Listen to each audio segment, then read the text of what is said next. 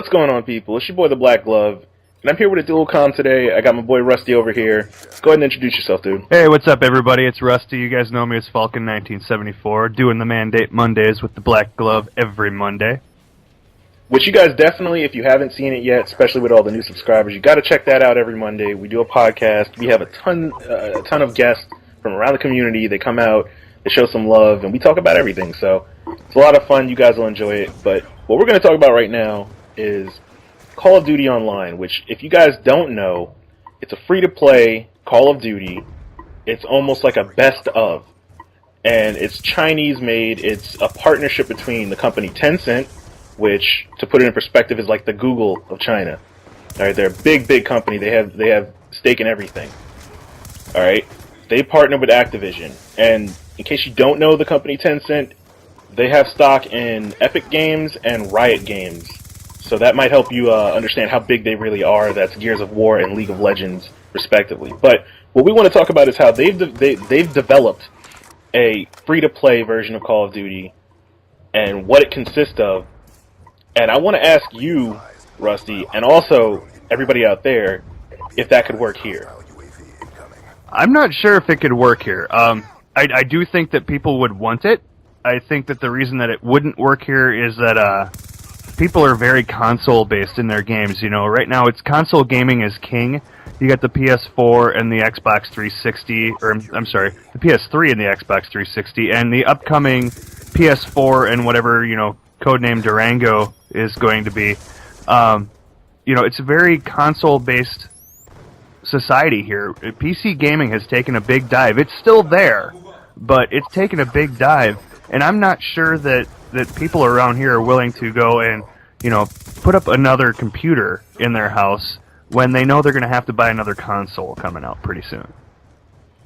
Now, see, I can agree with you on that point.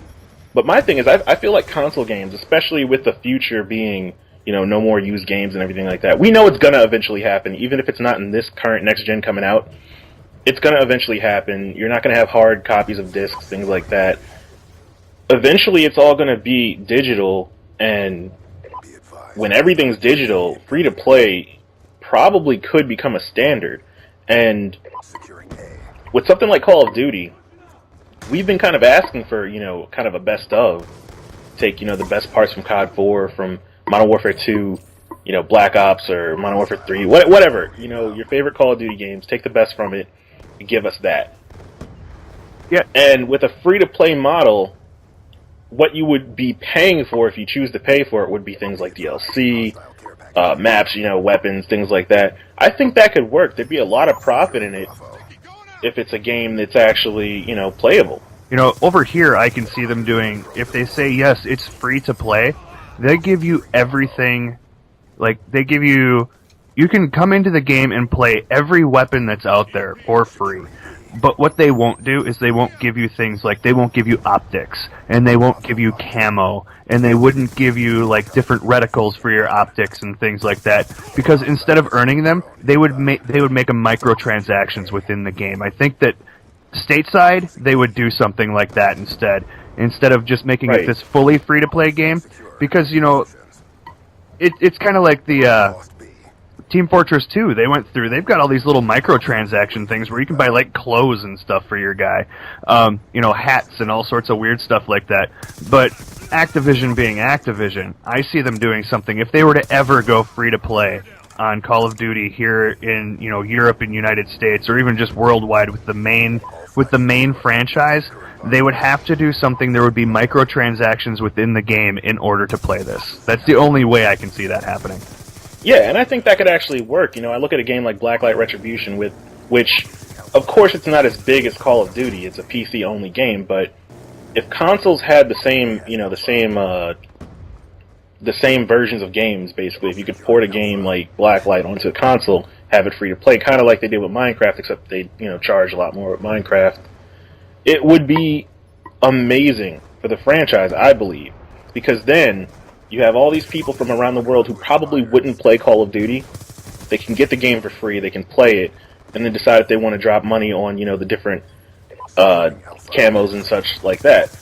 it can increase your fan base because a lot of people get scared by that price point, when you lose interest in the franchise. You don't want to drop $60 and then pay more money on DLC and things like that, especially if you're not happy with the product. Yeah, well, I mean, you figure right now you're looking at every time you buy Call of Duty and then you buy the DLC, you're looking at you've basically spent $100 on Call of Duty, if not 110, 120, depending upon how many different map packs that they've got out, stuff like that. So, hearing some of the rumors that next-gen games are going to be $100 a piece, this doesn't surprise me, that they're going to be like $100 a piece, but I'm not sure, I don't think they're going to let go of the whole let's pay for the game up front kind of thing, because whenever sales of games come down to it, and the footprint of a game comes down to it, they always talk about dollars and how much money it made on its opening launch, or how much money it made over its first week or its first month and things like that.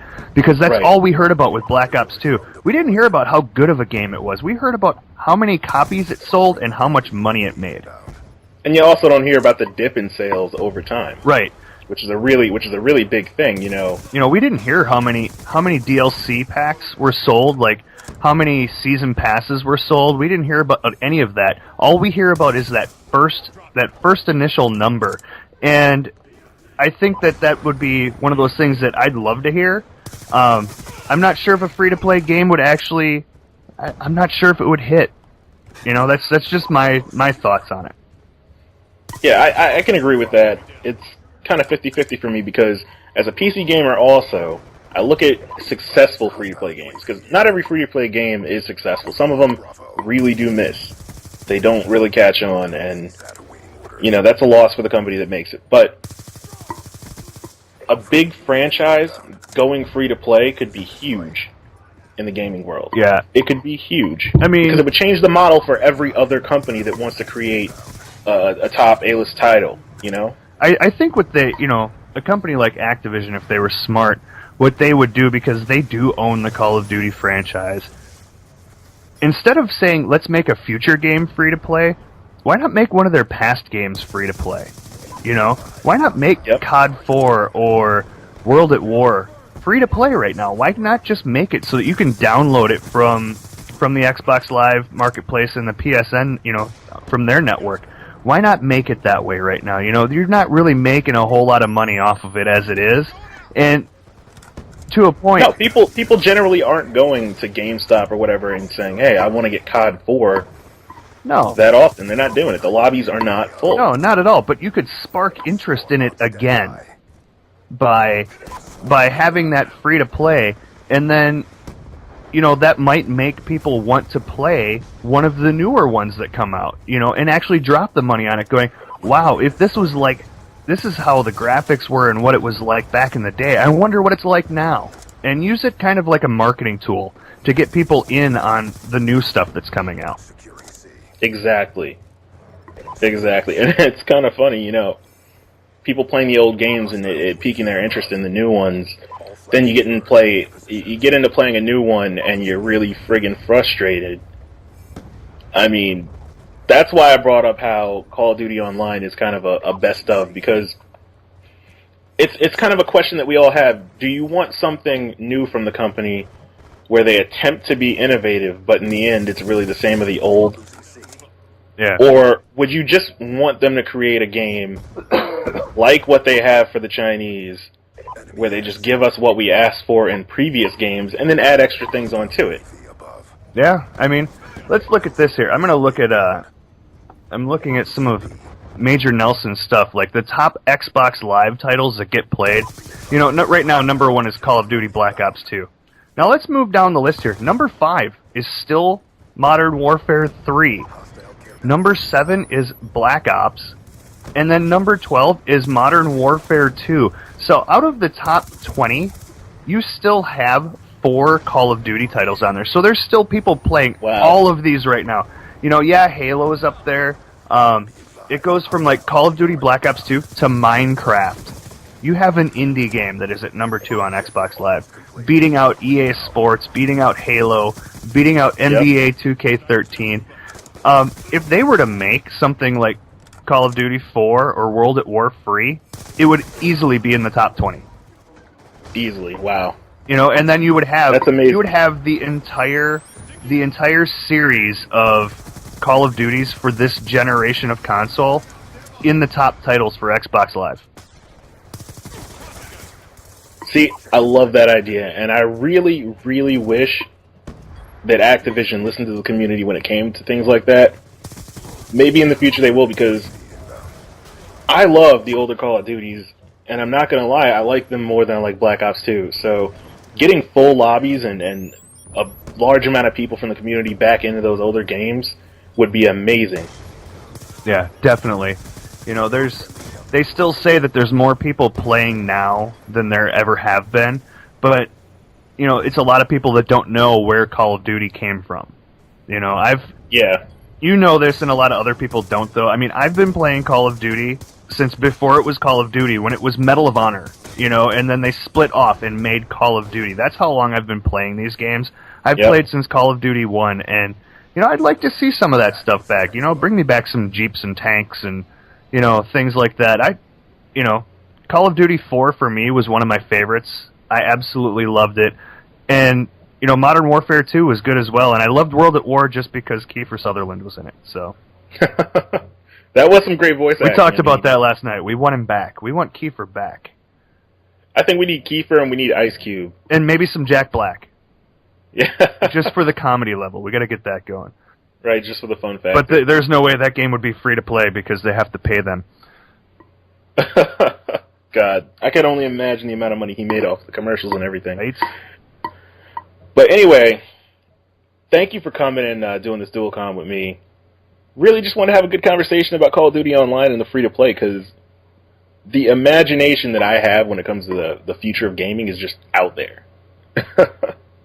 But thank you for coming on, man. Not a problem. Not a problem at all. We got to do this again. Why don't you go ahead and tell people what you got coming up on your channel, and then we'll wrap it up. If you don't know about it already, you should go check out on my channel. Apparently, lag comp is fixed. So in the next DLC patch, I've revealed that lag comp is fixed, and you should go check that video out. And then other than that, I'm just running some Black Ops 2 365. I do that every day. I've been doing it for over 100 days now since Black Ops 2 came out. And yeah, we're going to run strong. We're going to get this all the way through 1 full year of Black Ops 2. Woo! He's been doing it, man. So anyway, thank you guys for watching. Hope you enjoyed this. Hope you enjoyed the discussion, and feel free to join in the comments. Always love talking to you guys. Until next time, it's been your boy, The Black Glove, and Falken1974. We're out. Penis!